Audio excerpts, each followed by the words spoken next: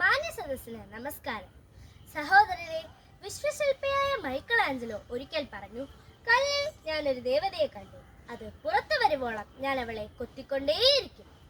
വിശ്വശില്പിയായ ദൈവം വർഷങ്ങൾക്ക് മുമ്പ് കുടമാളൂർ എന്ന കൊച്ചു ഗ്രാമത്തിൽ പിറന്ന അൽഫോൺസയെ നോക്കി പറഞ്ഞു, ഇവളിൽ ഞാനൊരു വിശുദ്ധയെ കാണുന്നു, അത് പുറത്തു വരുവോളം ഞാൻ അവളെ കൊത്തിക്കൊണ്ടേയിരിക്കും.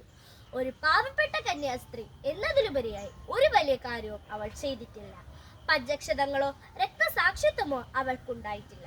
സഹനം എന്ന താക്കോൽ കൊണ്ട് ഈശോയുടെ തിരുഹൃദയം തുറന്നവൾ, അതേ ബലിജീവിതം നയിച്ചവൾ.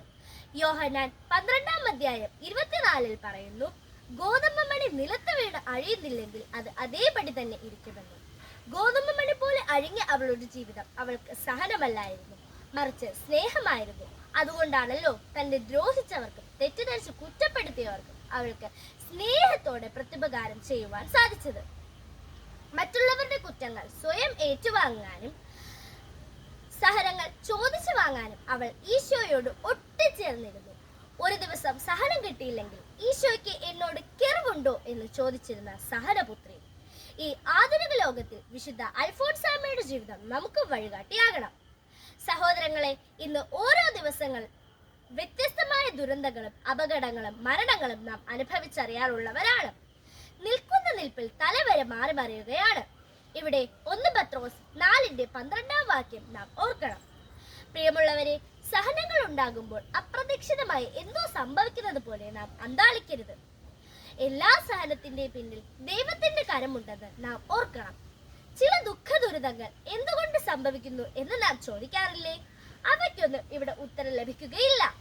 മക്കളെ വളർത്തി വലുതാക്കിയ മാതാപിതാക്കൾ കണ്ണീരോടെ ഒറ്റപ്പെടുന്നു. അടിക്കടി ആത്മഹത്യയിലേക്ക് വഴുതി വീഴുന്ന മുതിർന്നവർ, മയക്കുമരുന്നിലും ലഹരിയിലും സന്തോഷം കണ്ടെത്തുന്ന വിദ്യാർത്ഥികൾ, കഴിവും ആരോഗ്യവും പാഠവും ടെക്നോളജികളും ഒക്കെയുള്ള ഈ കാലത്ത് നമ്മൾ വിചാരിക്കും നമ്മൾ വരയ്ക്കുന്ന വഴിയിൽ നമ്മുടെ ജീവിതം നിൽക്കുമെന്ന്. പ്രിയമുള്ളവരെ, എന്നാൽ അങ്ങനെ നിൽക്കില്ല. നമ്മുടെ ജീവിതത്തിൽ നേരിടേണ്ടി വരുന്ന സഹനങ്ങളെ നാം എങ്ങനെ എടുക്കണം, അതിനെ എങ്ങനെ അതിജീവിക്കണം എന്നത് പ്രധാനമാണ്. അതിന് ഒരു വഴിയേ ഉള്ളൂ. ക്രൂശിൽ കിടന്ന് എല്ലാ സഹനങ്ങളെയും ഏറ്റെടുത്തവനെ ധ്യാനിക്കണം. സഹനത്തിന്റെ മൂർധന്യത്തിൽ നിൽക്കുമ്പോൾ അൽഫോൺസയോട് അഭിമന്യ പിതാവ് ചോദിച്ചു, അൽഫോൺസ, നീ എന്തെടുക്കുകയാണ്?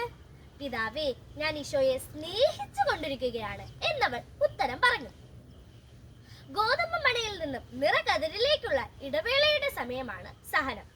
സഹനത്തെ നിത്യതയിലേക്കുള്ള കിരീടമാക്കി തീർത്ത വിശുദ്ധ അൽഫോൺസാമ്മയുടെ ജീവിതം നമുക്ക് വഴികാട്ടിയാകട്ടെ എന്ന് ആശംസിച്ചുകൊണ്ട് എന്റെ വാക്കുകൾ ഇവിടെ ചുരുക്കുന്നു. നന്ദി, നമസ്കാരം.